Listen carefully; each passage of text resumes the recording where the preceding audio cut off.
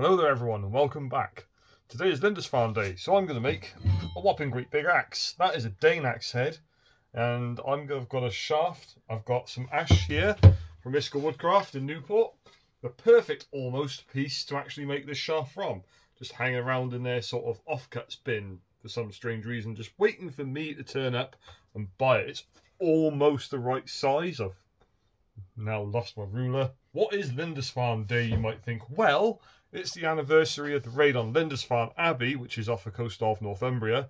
The usually accepted start of the Viking Age. There was actually a Danish raid, not a raid, but an incident down in Portland near Weymouth. A good couple of years before, maybe 7 years before, if memory serves. Don't quote me on that. But the 793 incident on the 8th of June, Danish raiders that we have come to call Vikings, although they didn't call themselves that, which is something that the modern day era people use to refer to anybody from Denmark, Norway or Sweden between sort of late 800s to late thousands. 1066 is usually the accepted end date of the Viking Age. As you all know, I'm part of a reenactment group now called Draka Beorda. We're based in around the Somerset area. I'm in South Wales, so it's a bit of a trek, but it's definitely worth it. I went a proper 3-day show last weekend down in Templecombe, which is in the arse end of nowhere in Somerset. It was really, really good, and that's where I got this axe head from a chap who was selling them along with spearheads. It did give me an oak shaft to go with it. However, I don't like using oak for weapons because it's too stiff and it sends all the shocks up your hands and arm because it can't absorb any of it. And that's the good thing about using ash, it's very shock absorbent. Right, that's enough talking. Shall I get on with it?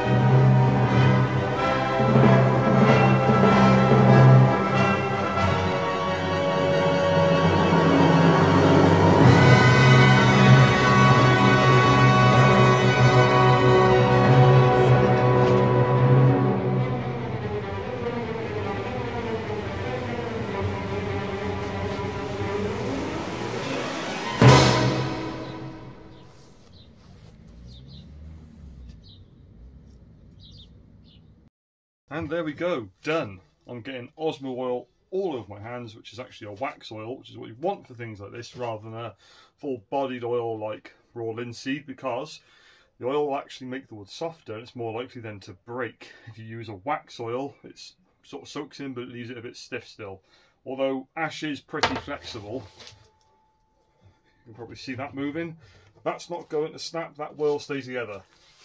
I've had friends who are into reenactment before have me make axe shafts like these and they don't break. I've even epoxied the head on with Gorilla Epoxy. That is not coming off unless you cut it both sides and then drill it all out or knock it all out with a crappy chisel that you don't care about because it's going to ruin it when it hits the steel. There we go, that is one full-size Dane Axe for Lindisfarne Day, as I'm calling it. I don't know if it is a thing or not, that's just what I'm going with. That's about the accepted length as well. You could have them a bit higher, you could have them as high as you, but really only that long.